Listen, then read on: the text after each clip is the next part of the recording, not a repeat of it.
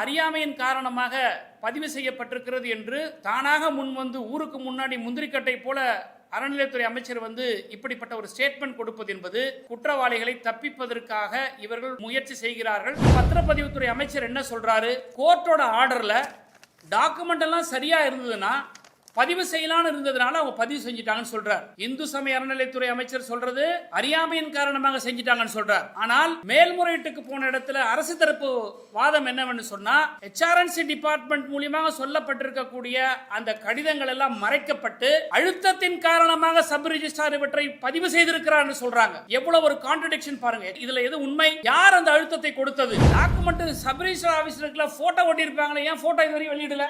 ரெண்டு பேரும் பர்ச்சேசர், நீங்களும் நானும் போய் ப்ராப்பர்ட்டி வாங்கணுமா, என் போட்டோ ஓட்டணும், உங்க போட்டோ ஓட்டணும், சாட்சி கையெழுத்து போட்டோ ஓட்டணும். அந்த போட்டோ இப்ப அவைலபிளா இருக்கா இல்லையா? அரசுடைய கோப்புல இருக்குல்ல, ஏன் அதை வெளியிடல? இன்னும் விஜய்க்கே தெரிஞ்சிருக்குங்க.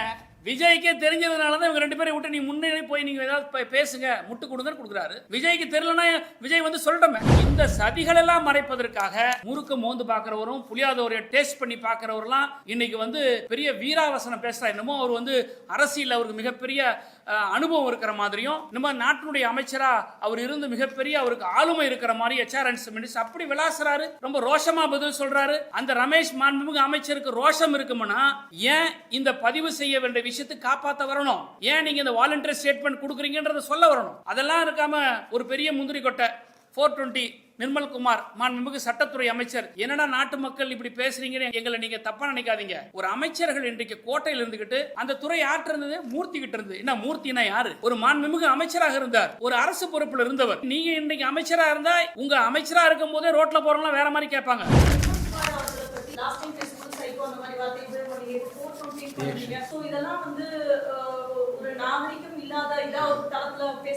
நல்ல கேள்வி. நாகரிகத்தை வந்து எங்களுக்கு சொல்லி கொடுக்காது. நாகரிகத்தை பத்தியே தெரியாம வாய்க்கு வந்தவர் எப்படி பேசுறாங்க இந்த மினிஸ்டர்ஸ் எல்லாம்? சட்டமன்றத்தில் முதல்ல ஒரு முதலமைச்சர் எப்படி நடந்துக்கிறாரு? நாகரிகம் யாருக்கு சொல்லி கொடுக்க வேண்டியது இருக்குது? அப்ப நாகரிகமா நாங்க இருந்துகிட்டே இருந்தோம்னா every action there should be equal and opposite reaction. அப்பதான் வாய் மூடுவாங்க. புரியுதுங்களா? இவ்வளவு பெரிய புத்திசாலி மாதிரி பேசுறாங்களே, நீங்க முட்டாளுங்க நாங்க சொல்றோம், அவ்வளவுதான் விஷயம். நீங்க ஊழல்வாதிகள் அல்ல. நாங்க வந்து ஊழலை ஒழிக்க வந்த அவதார புருஷன் விஜய் சொல்றாரு, முழு பூசணியா சோத்துல மறைக்காத பழனியில மொட்டை போட போனவங்களுக்கெல்லாம் நீ பழனிக்கே மொட்டை போட்ட விஜய் சொல்றான், அவ்வளவுதான் விஷயம். பழனி தண்டாயுதபாணி சாமி திருக்கோயிலுக்கு சொந்தமான 1.41 ஏக்கர் நிலத்தை தனியார் இருவர் பதிவு செய்யப்பட்டது தொடர்பாக கடந்த சில நாட்களாக ஊடகங்களில் செய்திகள் வந்து கொண்டிருக்கின்றன. இது குறித்து மாண்புமிகு அமைச்சர் பெருமக்கள் இருவர் ஒன்றுக்கு ஒன்று முரண்பட்ட கருத்துக்களை எல்லாம் முன்னுக்கும் பின்னாக ஊடகங்களில் தெரிவித்ததை எல்லாம் நான் பார்த்திருக்கிறோம். இந்த நிலத்தை பொறுத்தவரை இது கோயிலுக்கு சொந்தமானது என்பதில் எந்த மாற்று கருத்தும் கிடையாது. கோயில் நிலத்தை பதிவு செய்யக்கூடாது என்று சார் பதிவாளர் அலுவலகத்திற்கு கோயில் நிர்வாக தரப்பில் கடிதம் ஏற்கனவே கொடுக்கப்பட்டிருக்கிறது. கடந்த திராவிட முன்னேற்ற கழகத்தினுடைய ஆட்சியில் இந்த இடம் தனியார் வசம் இருந்ததை திராவிட மாடல் ஆட்சி கைப்பற்றி கோயில் நிர்வாகத்திடம் ஒப்படைத்து இவை இலவசமான கார் பார்க்கிங் பயன்படுத்தக்கூடிய இடமாக இவை மக்களின் பயன்பாட்டிற்கு இருந்தது. கோயில் கட்டுப்பாட்டில் இருந்த கார் பார்க்கிங் செய்து கொண்டிருந்த நிலத்தை திடீரென தனியார் இருவர் பெயரில் பதிவு செய்யப்பட்டிருப்பது மிகப்பெரிய சந்தேகத்தை ஏற்படுத்துகிறது. இதற்கு பின்னால் ஒரு சதி இருக்கிறது. இந்த பரிவர்த்தனை பார்க்கிற பொழுது பினாமி டிரான்சாக்ஷன் ஏற்பட்டிருக்கிறது என்ற சந்தேகம் பொதுமக்களுக்கு இருக்கிறது. இந்த புள்ளியில் அரசு இதுவரை விளக்கவில்லை. ஒரு அமைச்சர் என்ன சொல்லுகிறார்? மாண்புமிகு இந்து சமய அறநிலையத்துறை அமைச்சர் என்ன சொல்லுகிறார்? அறியாமையின் காரணமாக அதிகாரிகள் இவற்றை பதிவு செய்திருக்கிறார்கள் என்று சொல்லுகிறார். விசாரணை தொடங்குவதற்கு முன்பு துறையின் அமைச்சர் அறியாமையின் காரணமாக செய்துவிட்டார் என்று அவரே முன்வந்து சொல்லுவது என்பது குற்றவாளியை மறைப்பதற்கு அமைச்சர் துணை போகிறார் என்பது இதன் மூலம் தெள்ள தெளிவாக தெரிகிறது. நாங்கள் விசாரிக்கிறோம், விசாரணையில் வரக்கூடிய விஷயங்களை நாங்கள் தெரிவிக்கிறோம் என்று சொல்லுவதுதான் அமைச்சரினுடைய கடமை. ஆனால் அறியாமையின் காரணமாக பதிவு செய்யப்பட்டிருக்கிறது என்று தானாக முன்வந்து ஊருக்கு முன்னாடி முந்திரிக்கட்டை போல அறநிலையத்துறை அமைச்சர் வந்து இப்படிப்பட்ட ஒரு ஸ்டேட்மெண்ட் கொடுப்பது என்பது குற்றவாளிகளை தப்பிப்பதற்காக இவர்கள் முயற்சி செய்கிறார்கள், குற்றவாளியை காப்பாற்றுகிறார்கள் என்பதுதான் எங்களுடைய குற்றச்சாட்டு, திராவிட முன்னேற்ற கழகத்தினுடைய குற்றச்சாட்டு. நாங்கள் கேட்குற கேள்வி, இந்த அரசை நோக்கி கேட்கக்கூடிய கேள்வி என்னவென்றால், 2ஆம் தேதி இந்து சமய அறநிலையத்துறையின் சார்பாக கடிதம் கொடுக்கப்பட்டது. ஆனால் 3ஆம் தேதி இந்த பத்திரப்பதிவு செய்ய சொல்லி டாக்குமெண்ட்டை கொண்டாந்து ரெஜிஸ்ட்ரேஷன் ஆஃபீஸில் கொடுக்கப்படுகிறது. அன்றைக்கு இருந்த சப் ரெஜிஸ்ட்ரார் திரு பழனிசாமி என்பவர் இவற்றை நான் பதிவு செய்ய மாட்டேன், ஏனால் ஏற்கனவே கடிதம் இருக்கிறது என்று அவர் சொல்லிவிட்டார். பிறகு 3ஆம் தேதி இருக்கக்கூடிய பாலசுந்தரம் என்கின்ற ஒரு பதிவாளர் அன்றைக்கு வந்து பணியமர்த்தப்படுகிறார். அவர் இந்த டாக்குமெண்ட்டை ரிசீவ் பண்ணிட்டு நான் வந்து ரிஜிஸ்டர் பண்ண மாட்டேன்னு சொல்லிட்டு அவர் லீவில் போகிறார். பிறகு 4-5 சனி ஞாயிறு, திங்கட்கிழமை 6ஆம் தேதி, இந்த சீக்வன்ஸை பார்க்கணும். நம்ம 2ஆம் தேதி கடிதம் கொடுக்குறாங்க, 3ஆம் தேதி ஒரு ரிஜிஸ்ட்ரார்கிட்ட வந்து சப்மிட் பண்ணுறாங்க, அந்த ரிஜிஸ்ட்ரார் மறுக்கிறாரு, அவர் விடுமுறையில் போகிறாரு. 4-5 சனி ஞாயிறு விடுமுறை. 6ஆம் தேதி அன்னைக்கு பழனி சப் ரிஜிஸ்ட்ரார் ஆஃபீஸில் இருக்கக்கூடிய சார் பதிவாளர் அலுவலகத்தில் இருக்கவங்க லீவ் போட்டு போயிட்டாங்க. அப்போ இன்சார்ஜ் யாரை கூட்டிகிட்டு வராங்கன்னா, பழனிக்கு பக்கத்தில் சத்திரப்பட்டின்னு 10 கிலோமீட்டரில் இருக்குது, அங்கே இருக்கிற ஒரு சப் ரிஜிஸ்ட்ராரை இன்சார்ஜ் கொடுத்துருக்கணும். அப்படி இல்லைன்னா கீரனூர் ஒரு சப் ரிஜிஸ்ட்ரேஷன் ஆஃபீஸ் இருக்குது, அங்கே அவங்ககிட்ட இன்சார்ஜ் கொடுத்துருக்கணும். 60-70 கிலோமீட்டர் தள்ளி இருக்க கொடைக்கானல் சப் ரிஜிஸ்ட்ரார் ஆஃபீஸ்க்கு கொடுக்கப்பட்டிருக்குன்னா ஆளை ஃபிக்ஸ் பண்ணுறாங்க இந்த கவர்மெண்ட். அதுவும் கொடைக்கானலில் இருக்கக்கூடிய சப் ரிஜிஸ்ட்ரார் பத்திரங்களை பதிவு செய்யக்கூடிய சப் ரிஜிஸ்ட்ரார் இல்லை, டிஆர் சிட் ஃபண்ட், சிட் ஃபண்டுக்குன்னு ஒரு தனியாக டிஸ்ட்ரிக்ட் ரெஜிஸ்ட்ரார் இருக்கிறார். அவரை அழைச்சிட்டு வந்து இங்கே ஒரு நாள் இவங்க வந்து இன்சார்ஜ் கொடுக்குறாங்க. இன்னொரு வேடிக்கை என்னன்னா, மாண்புமிகு பத்திரப்பதிவுத்துறை அமைச்சர் என்ன சொல்றாரு, கோர்ட்டோட ஆர்டரில் டாக்குமெண்ட் எல்லாம் சரியாக இருந்ததுன்னா பதிவு செய்யலான்னு இருந்ததுனால அவங்க பதிவு செஞ்சிட்டாங்கன்னு சொல்றார். இந்து சமய அறநிலையத்துறை அமைச்சர் சொல்றது அறியாமையின் காரணமாக செஞ்சிட்டாங்கன்னு சொல்றார். பத்திரப்பதிவுத்துறை அமைச்சர் என்ன சொல்றாரு, document if it is in order can register court சொல்லுதுன்னு சொல்றாங்க. ஆனால் மேல்முறையீட்டுக்கு போன இடத்துல அரசு தரப்பு வாதம் என்னவென்று சொன்னா, HRNC டிபார்ட்மெண்ட் மூலியமாக சொல்லப்பட்டிருக்கக்கூடிய அந்த கடிதங்கள் எல்லாம் மறைக்கப்பட்டு அழுத்தத்தின் காரணமாக சப் ரிஜிஸ்ட்ரார் இவற்றை பதிவு செய்திருக்கிறார் சொல்றாங்க. எவ்வளவு ஒரு கான்ட்ரடிக்ஷன் பாருங்க. HRNC மினிஸ்டர் ஒன்று சொல்றார், ரிஜிஸ்ட்ரேஷன் டிபார்ட்மெண்ட் மினிஸ்டர் ஒன்று சொல்றார், கோர்ட்ல அரசு தரப்பு வழக்கறிஞர் இந்த ஒரு இத்தகைய ஒரு வாதத்தை வைக்கிறார். அப்ப இதுல எது உண்மை? நான் என்ன கேட்கிறேன்னா, யார் அந்த அழுத்தத்தை கொடுத்தது? ஒரு கோர்ட்டோட ஆர்டர் வருதுன்னா அந்த கோர்ட் ஆர்டரை ஒப்பீனியன் கேட்கணும் சப் ரிஜிஸ்ட்ரார். இந்த மாதிரி ஏற்கனவே வந்து லெட்டர்ஸ் கொடுக்கப்பட்டிருக்கு, அதாவது எல்லா லேண்டையும் அவ்வளோ சீக்கிரத்தில் ரிஜிஸ்டர் பண்ண முடியாது, எதை ரிஜிஸ்டர் பண்ணக்கூடாது, எது கோயிலுக்கு சொந்தமானது, எது அரசுக்கு சொந்தமானதுன்ற ஒரு பதிவேடு இருக்கு. அப்போ இந்த நிலம் அரசுக்கு கோயிலுக்கு சொந்தமான நிலம் என்ற பதிவேட்டில் இருக்கும்போது இதை வெரிஃபை பண்ணணும் அந்த சப் ரிஜிஸ்ட்ரார். ஏற்கனவே இந்த பிரச்சனைகள் இருக்கு, இது பதிவு செய்யப்படல, வெள்ளிக்கிழமைக்கு இருந்த ஆபீசர் அதை வாங்கி வச்சுட்டு ஏன் ரிஜிஸ்டர் பண்ணல, திங்கக்கிழமைக்கு நம்ம வந்து ஒருவேளை அவர் இன்னோசன்ட் ஆபீசரா இருந்தா திங்கக்கிழமை வந்து நான் வந்து உட்காரும் போது ஏன் இந்த ரிஜிஸ்ட்ரேஷன் பண்ண சொல்றாங்க, அப்போ அந்த ஆபீஸ்ல அசிஸ்டன்ட் இருப்பாங்க, டெப்யூட்டி ரிஜிஸ்ட்ரார் இருப்பாங்க, அவங்க கிட்ட அதை கேட்டு விசாரிச்சிருக்கணும். இது எல்லாம் எதுவுமே செய்யாம இவங்க பதிவு செய்கிறார்கள் என்று சொன்னால் இதுல ஒரு சதி இருக்கு, இது ஒரு பினாமி டிரான்சாக்ஷன் இருக்கு. 15 லட்சம் ரூபாய் ஆன்லைன்ல வந்து ரிஜிஸ்ட்ரேஷன் ஸ்டாம்ப் டியூட்டியை பணம் கட்டுறாங்க. இதை பர்ச்சேஸ் பண்ணியிருக்கிறதா சொல்லப்படுகிற இவற்றை பதிவு செய்யப்பட்டதா கிரயம் செய்திருக்கக்கூடியவர்கள் என்று சொல்லப்படுகிற அந்த 2 நபர் இதுவரை யார் என்று போலீஸ் தரப்புல காட்டல. அவங்க 2 பேருக்கும் ஒரு 10 லட்சம் ரூபாய் 15 லட்சம் ரூபாயில மதிப்பீட்டில் ஒரு சொத்தை வாங்குவதற்கான பொருளாதார ரீதியில் பலம் வாய்ந்தவர் இல்லை என்பது எங்களுடைய விசாரணையில் தெரிய வந்திருக்கிறது. அப்படி இருக்கும்போது எப்படி 2 கோடி ரூபாய்க்கு இவங்க வந்து பண பரிவர்த்தனை செய்ய முடியும்? இப்போ இந்த வழக்கு, இதே வழக்கு சம்பந்தமா ஒரு தம்பி வந்து சோசியல் மீடியாவில் ஒரு போஸ்ட் போடுறார், வினோத் சூர்யாங்கிறவர். அந்த சோசியல் மீடியாவில் போஸ்ட் பண்ணதை உடனடியாக கைது பண்ணுறாங்க. நீதிமன்றம் இன்னைக்கு கண்டிச்சிருக்குது. எதுக்கு நீங்கள் சோசியல் மீடியாவில் டிஃபமேஷன் செக்ஷன்ஸை போடுறதை விட்டால் நீங்கள் ஏன் பயங்கரவாத கலவரம் மேற்கொள்கிற இந்த செக்ஷன்ஸ் எல்லாம் நீங்கள் போடுறீங்கன்னு கோர்ட்டு கேட்குது. அப்போ இதிலிருந்து ஃப்ரஸ்ட்ரேஷன், அமைச்சர்கள் இருக்கக்கூடிய பதற்றம், இந்த அரசாங்கத்தில் இருக்கக்கூடிய பதற்றம், இந்த பிரச்சனையில எங்க நாங்க மாட்டிக்க போறோம்னு சொல்லிட்டு யார் பேசினாலும் உடனே வாயை அடைக்கிறதுக்காக இந்த வழக்கு போடுறது, கைது பண்றாங்க. இவ்வளோ முனைப்பு காட்டுகிற தூய்மை ஆட்சி ஏன் டோல் நம்பர்லாம் கொடுத்து கேபினட் மீட்டிங்கில் வந்து யார் தப்பு செஞ்சாலும் நடவடிக்கைன்னு சொல்லக்கூடிய டூப் சீஃப் மினிஸ்டர், நான் டூப் சீஃப் மினிஸ்டர் சொல்லுவேன், ரியல் சீஃப் மினிஸ்டர் இருந்தாருன்னா அவருக்கு எல்லாமே தெரியும். டூப் சீஃப் மினிஸ்டர், இந்த நம்பர்கள்லாம் கொடுக்கக்கூடிய இந்த டூப் சீஃப் மினிஸ்டர் ராத்திரியில் பாஞ்சு சமூக வலைதளங்களில் போஸ்டிங் போட்டவங்களாம் கைது பண்ணக்கூடிய இந்த அரசாங்கம் ஏன் இந்த சப் ரிஜிஸ்ட்ராரை கைது செய்யலை? அது மட்டும் இல்லை, இந்த சப் ரிஜிஸ்ட்ரார் என்ன செஞ்சிருக்கணும்? இப்படிப்பட்ட ஒரு தீர்ப்பு வந்ததுன்னா கவர்மெண்ட் பிள்ளைகிட்ட ஒப்பீனியன் வாங்கியிருக்கணும், டிஸ்ட்ரிக்ட் ரிஜிஸ்ட்ரார்கிட்ட கேட்டிருக்கணும்.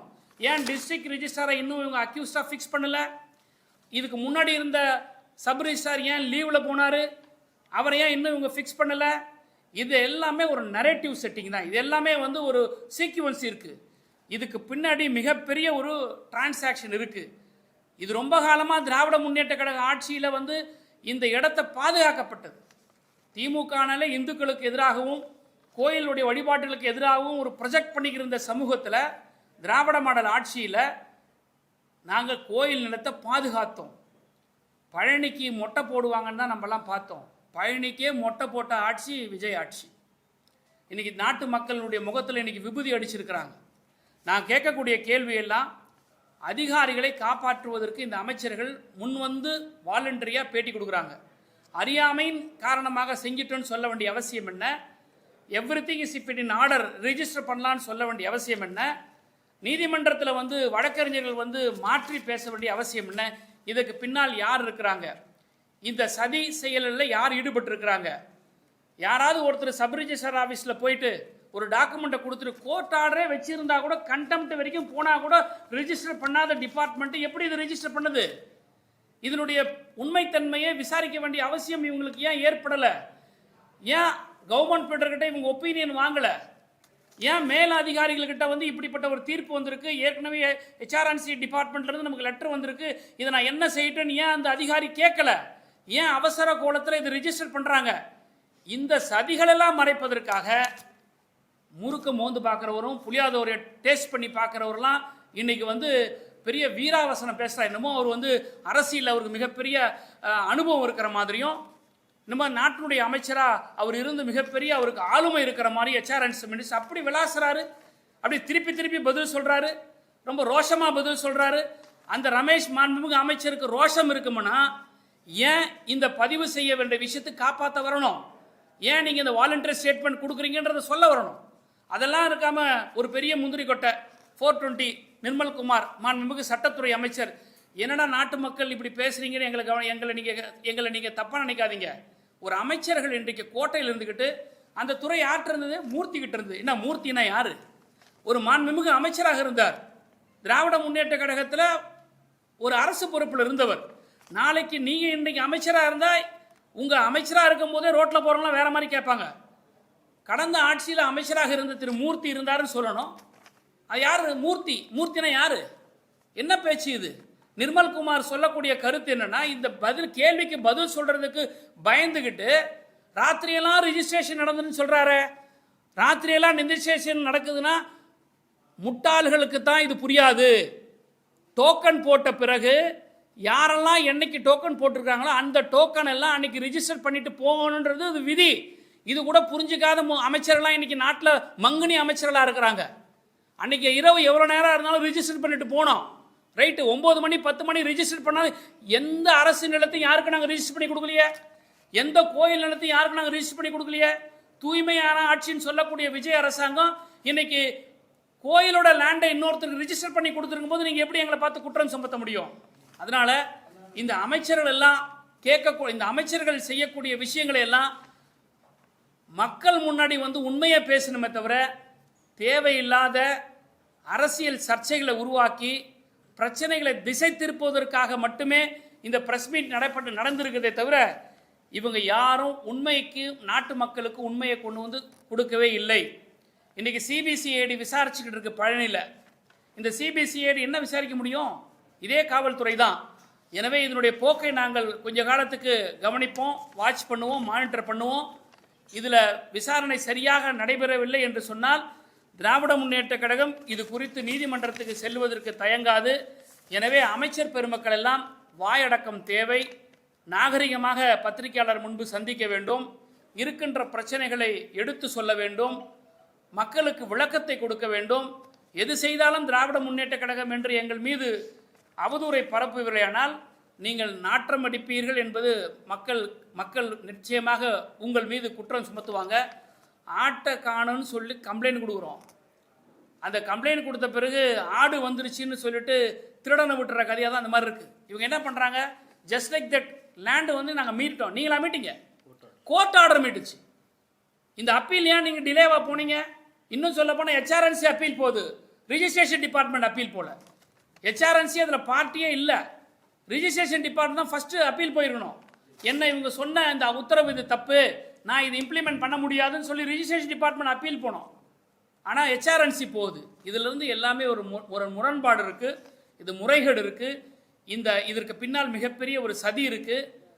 10 லட்சம் 15 லட்சம் பெருமானம் உள்ள சொத்தை வாங்குவதற்கு கூட பொருளாதார ரீதியில் பலமற்றவர்கள் என்று சொல்லப்படுகிற, நாங்கள் விசாரித்தவரை எங்களுக்கு அறியப்படுகிற அந்த இருவர் இன்றைக்கு 2 கோடி ரூபாய்க்கு இந்த சொத்தை வாங்கியிருக்கிறார்கள் சொன்னால், அந்த 2 கோடி ரூபாய் பணம் யாருடைய பணம், யார் இது பின்னால் இருக்கிறது, ஏன் அமைச்சர்கள் முன் வந்து இவர்களை காப்பாற்ற வேண்டும், இங்கே இருக்கக்கூடிய ஈடு இப்போ எங்கே போயிருக்கு, இன்னைக்கு எஃப்ஐஆரில் இவங்களை 4 பேரே காட்டியிருக்கிறாங்க, இது வரைக்கும் ஏன் கைது பண்ணலை, இரவுகளில் சமூக வலைதளத்தில் பணியாற்றக்கூடியவங்களெல்லாம் வந்து கைது கூடிய அரசாங்கம் இந்த குற்றவாளி ஏன் கைது பண்ணலை.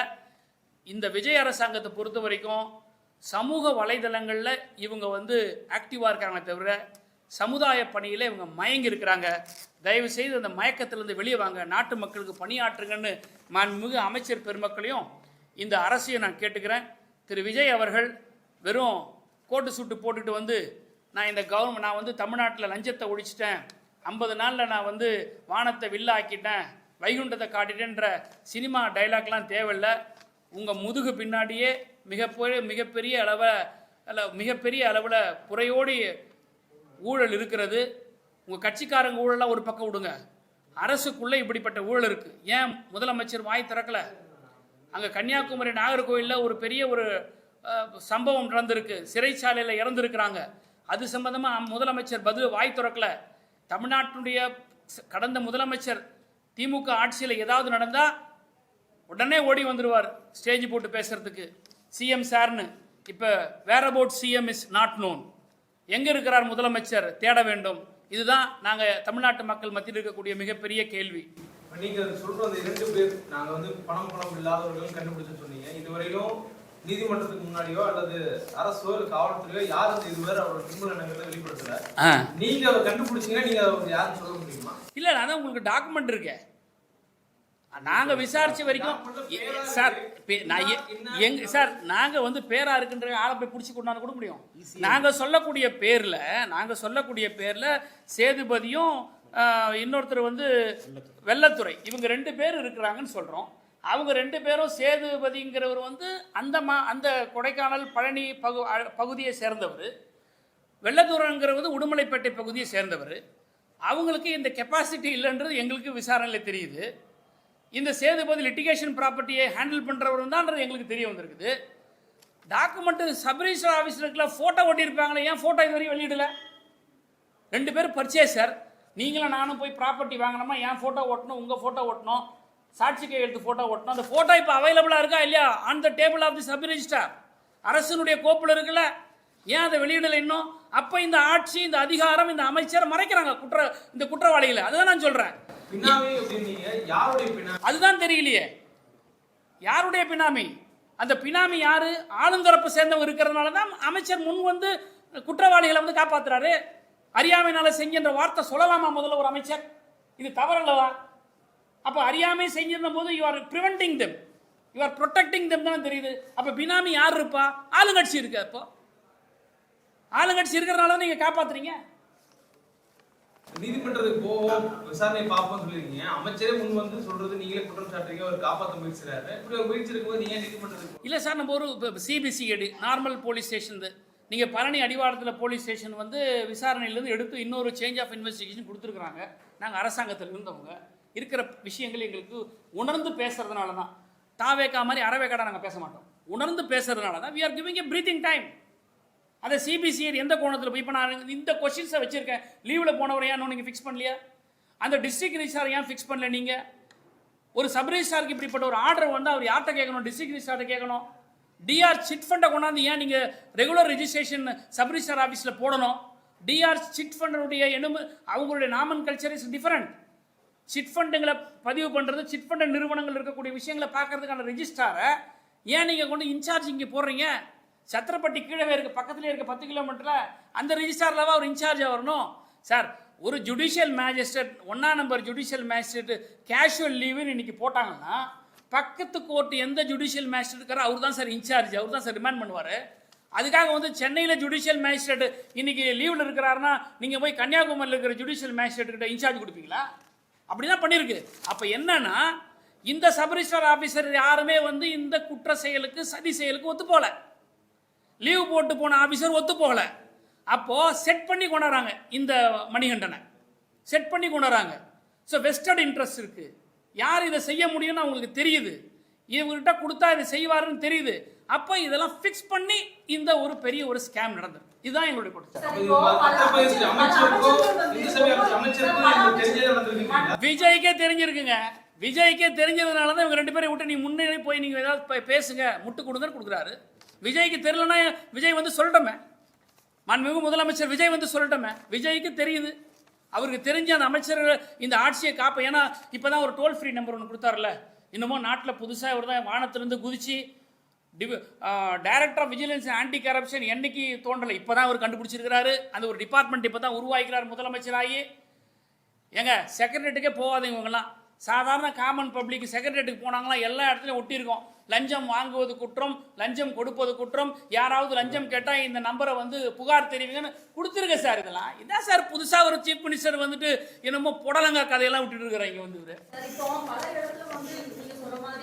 லஞ்சத்தை பத்தி தான் இப்போ வந்து பேசிட்டு இருக்காங்க. அமைச்சர் அப்படி இருக்கும்போது இவ்வளவு பெரிய விஷயம் பண்ணா வந்து கவர்மெண்ட்டுக்கு ஒரு பெரிய இழப்பு. ஒரு இது நாளைக்கு மறக்கணும் என்னன்னா, நீங்க சுகாதாரத்தை பத்தி லாஸ்ட் டைம் பேசும்போது சைக்கோ அந்த மாதிரி வார்த்தை உபயோகப்படுங்க, இப்போ 420 பண்ணுவீங்க. ஸோ இதெல்லாம் வந்து ஒரு நாகரிகம் இல்லாத இதா ஒரு தளத்துல பேசப்படுமா? நல்ல கேள்வி. நாகரிகத்தை வந்து எங்களுக்கு சொல்லிக் கொடுக்காதீங்க. நல்ல கேள்வி. உங்கள் கேள்வி நான் எடுத்துக்கிறேன், மதிக்கிறேன். பத்திரிகையாளர்கள் நாகரிகமாக நடந்துக்கணுன்ற எண்ணம் எங்களுக்கு இருக்குது. இல்லை மக்கள் கண்டிப்பாக. ஏன்னா இன்னைக்கு வந்து நாகரிகத்தை பற்றி நாங்கள் உணர்ந்திருக்கிறனால தான் 75 ஆண்டு காலமாக இந்த திராவிட இயக்கங்கள் வந்து இன்னைக்கு தமிழ்நாட்டில் அரசியல் பண்ணோம். ஆட்சியில் கூட அரசியல் பண்ணுறோம். ஆனால் நாகரிகத்தை பற்றியே தெரியாமல் வாய்க்கு வந்தவர் எப்படி பேசுகிறாங்க இந்த மினிஸ்டர்ஸ்லாம். சட்டமன்றத்தில் முதல்ல ஒரு முதலமைச்சர் எப்படி நடந்துக்கிறாரு, நாகரிகம் யாருக்கு சொல்லிக் கொடுக்க வேண்டியது இருக்குது? அப்போ நாகரிகமாக நாங்கள் இருந்துக்கிட்டே இருந்தோம்னா every action there should be equal and opposite reaction. அப்போ தான் வாய் மூடுவாங்க. புரியுதுங்களா? இவ்வளோ பெரிய புத்திசாலி மாதிரி பேசுகிறாங்களே, நீங்கள் முட்டாளுங்க நாங்கள் சொல்கிறோம், அவ்வளோதான் விஷயம். நீங்கள் ஊழல்வாதிகள் அல்ல. நாங்கள் வந்து ஊழலை ஒழிக்க வந்து அவதார புருஷன் விஜய் சொல்கிறாரு, முழு பூசணிக்காக சோத்தில் மறைக்காத பழனியில் மொட்டை போட போனவங்களுக்கெல்லாம் நீ பழனிக்கே மொட்டை போட்ட விஜய்ன்னு சொல்கிறான், அவ்வளோதான் விஷயம். ரைட்.